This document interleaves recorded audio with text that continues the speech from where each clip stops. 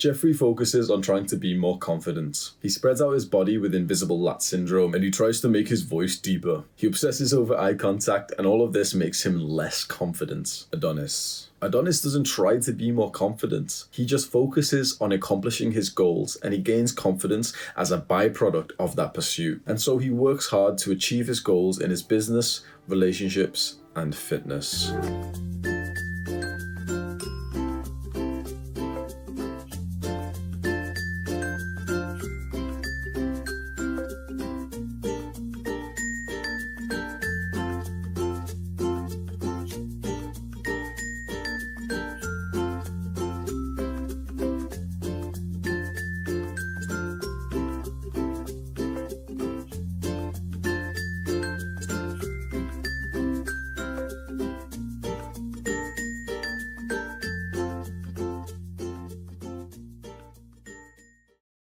Stop focusing on confidence. If there's one thing that young men want more than anything, it's confidence. It's the ability to hold eye contact with girls. Your confidence will increase when you truly respect and are proud of your efforts in your goals, rather than something as you pursue directly. So go and accomplish something first, and the confidence will come. The reason why most young guys aren't confident is because they simply haven't done enough to be confident about. And I'm going to tell you a little secret. You're not really supposed to be confident at that age. If you're 20 years old, your life's just starting. You aren't supposed to be confident because your life is just started. A month ago, you had to ask for permission to go to the toilet. You're still a little boy by society standards. You haven't had enough time to accomplish something great. And you've probably spent most of your life not on self-improvement compared to just the last few months, maybe years that you've been on self-improvement. Your brain knows how much effort that you've put in. It knows that how many hours you've put into League of Legends and fapping and scrolling on Reddit and Instagram. And because of this, your brain will give you the confidence and testosterone that it thinks you deserve. But first, what exactly is confidence? Because people don't actually really explain it. You know, we have this idea, okay, confidence is like somewhat like big dick energy. It's being able to hold eye contact. It's being able to take up some space with the bigger body language and being comfortable around women and other people. But that's not exactly a definition. And to be honest, it's not a good explanation of what confidence is either. I'd say that confidence is capability.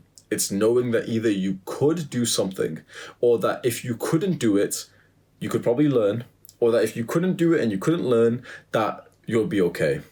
And this is what most young guys don't have because they haven't been okay. Let's say you're confident about the test, the upcoming exam. Now it's getting into common sense, isn't it? If you were confident about the exam, what would that mean? Well, it would mean you felt capable. You'd probably studied enough and you probably had even done practice tests. So you felt that you were capable and comfortable with this experience and that you we're likely going to get some kind of results from the experience of the exam that you wanted. Now, usually the top students feel pretty confident when they enter the exam hall. But what's strange is that usually the absolute students, they also feel pretty confident when they go into the exam hall, probably more than the top students. Like the set 5 students have more confidence than the set 1 students. Why? Because they know that they're going to be okay. They have like retard strength, like retard. These set 5 students have got like happiness. They know that life's going to be okay without this exam because they've already failed many exams. And so they aren't worried about it. Now, hopefully you don't want to be one of these students who feel confident just because they don't really care about something.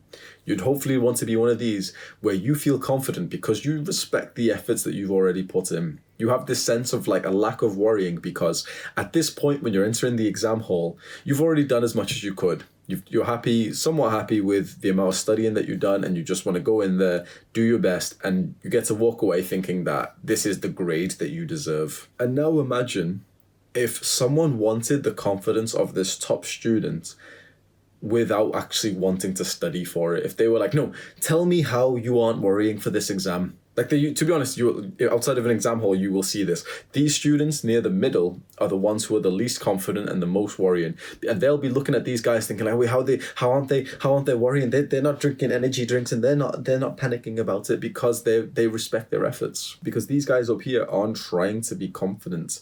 They tried to prepare themselves for this moment, And because of that preparation, because of the effort that they put in, they now have confidence. When young men search for guides on confidence, like younger Hamza used to, searching for guides on eye contact and how to be more confident, how to fake it till you make it, you're trying to shortcut the process. You're trying to get something that you don't deserve. You don't deserve to be more confident right now because you haven't done the actions for it. You need to accomplish more, or at least put more effort in before you deserve more confidence. But what about faking it till you make it? That technically works, right?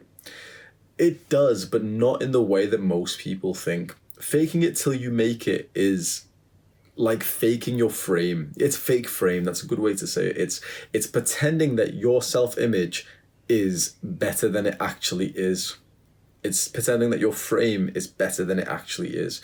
Now, very weak people, average people, will believe this. If I had the frame that I was a billionaire, most people wouldn't believe it. Most people that I wanted to be around wouldn't suddenly believe it. But dumbasses would. Some random little club thought bitch, who I wasn't trying to impress, probably would. If that's your goal, go ahead. But the reward of trying to impress average people is not that high. And so fake it till you make it only really impresses those average people who have such weak frames that they'll believe anyone. And so when you fake it till you make it, and you've got invisible lat syndrome and you're and you're making your voice very deep, only will believe it. Only people who aren't actually high value, who don't actually have a naturally deeper voice would believe it. When you fake this stuff, you only fool you only fool the set 5 people. The people who are actually up here will call you out. And this is how shit tests are formed. Shit tests are formed to make sure that someone in front of you is not faking it. In terms of my experience, how did I actually increase my confidence from going from the shy, recluse, awkward, worried kid to where I am now? I started with faking it till I made it, and it gave me progress in the sense that I was able to impress some people, but they weren't really the people I was trying to be more confident in front of anyway. The real confidence increase came from when I became proud of the sessions and the body transformation I'd built in the gym. And then for a while, my confidence didn't increase because I didn't really do anything else. But then it started to increase because I got into Red Pill, got more into self-improvement and at least reading online and trying to follow the advice that they were talking about. And then it increased because then I started going to nightclubs and actually starting to approach girls, being scared of it, but just starting to approach girls and just talk random shit to them. And finally, my confidence over the last year has pretty significantly went up because I feel a lot more comfortable and capable of my skills after challenging myself with this business and taking somewhat of a leadership role and mentoring young guys and taking responsibility for others. Imagine if 1 year ago I didn't want to do this. Imagine if 1 year ago I said, no, I'm not going to do the work first. I want the confidence first and then I'll do the work second. I would still to this day be watching those dumbass little confidence guides that if you search it, you can just tell they've been made for video game 16-year-olds, or the eye contact I don't know if anyone else has seen that, but there's eye contact practice videos on YouTube where it's just a pretty girl just looking at you and you're supposed to just practice your eye contact. So I've just told you my experience. Now I'm going to tell you some practical advice that you can do right now to start improving your confidence and your ability to accomplish things. Before I do that, you've just heard my experience, and if you feel like I am the type of guy that you could learn something from and you wanted to see more videos from an unconventional small YouTuber, I suggest you scroll down right now and click on the subscribe and the post notification button, and then you'll get a message for my next one. So let's begin with the practical advice. The practical advice in improving your confidence over the long run is simply set goals and work to achieve those goals. It's not the end result. You would think it was, wouldn't you? You would think it's the body that would make someone confident.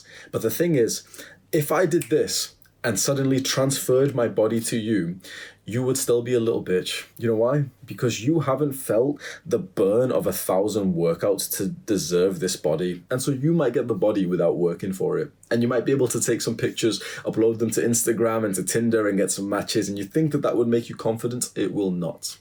Because the real confidence comes from you and your perception of yourself, not just the result of the world that has given to you. You can find some naturally successful people. You can find some naturally muscular, attractive people.